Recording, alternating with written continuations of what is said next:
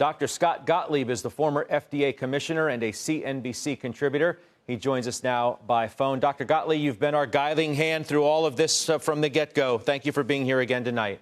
Well, thanks for having me. As we have this conversation tonight, are you more confident in our response than you were yesterday or even just a few days ago?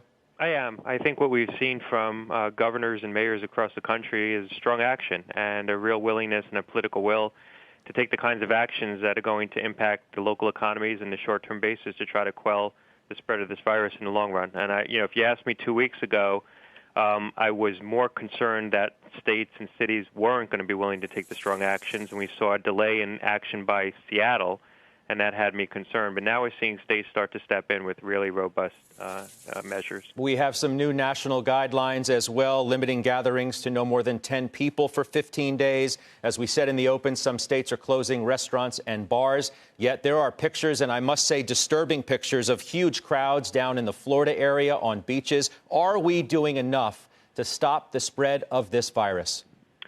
Well, look, the actions right now are targeted where we know that there's spread. So if you look at what they're doing in San Francisco and Seattle and New York, parts of New Jersey, Massachusetts, Boston, the governors and the mayors in the regions where we know that there's spread have taken strong action. I think there's other parts of the country that have not yet. There's 20 states that have given little guidance or public action.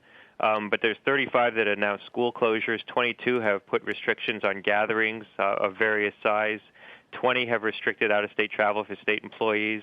All 50 have declared state of emergencies. 18 have activated the National Guard. So you are seeing action by the states in the affected parts of this country. And I think it's reasonable that the states be reactive to some measure and start to take the actions when they actually identify community spread. The one caveat is that we don't have the screening in place to really identify spread. So there could be low levels of spread in most of these states that isn't being detected. The president says right now a national lockdown is not needed. Is he right? I think that's right. This isn't right now epidemic across the country. I think what we're going to likely see is epidemic spread in certain parts of the country, certain regions, and probably certain cities. There's still going to be cases outside of those cities and outside of those regions, and we need to try to contain the spread in those parts of the country. But we're really looking at a handful of cities right now that look like they have enough virus seated in them that they're on the cusp of having a real breakout. Seattle's probably top of that list. New York's probably second, unfortunately. When do you expect this to peak? When can you tell people that the worst may, in fact, be over?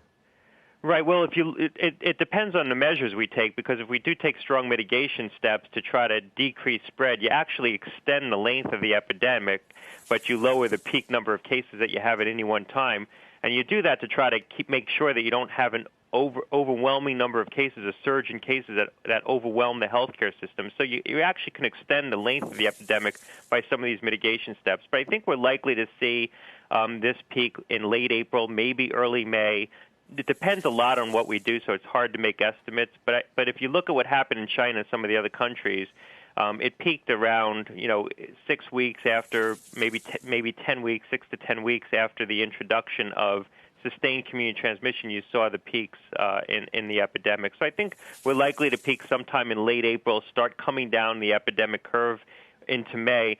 And I think you're likely to see far less transmission heading into July and August. The concern is that then you can see outbreaks again in the fall. Hopefully we have a much different toolbox in the fall, and we can mitigate those outbreaks. Speaking of toolboxes, I heard today in the news conference 1 million tests are available now. 2 million will be available next week, 5 million the week after that. How many is needed?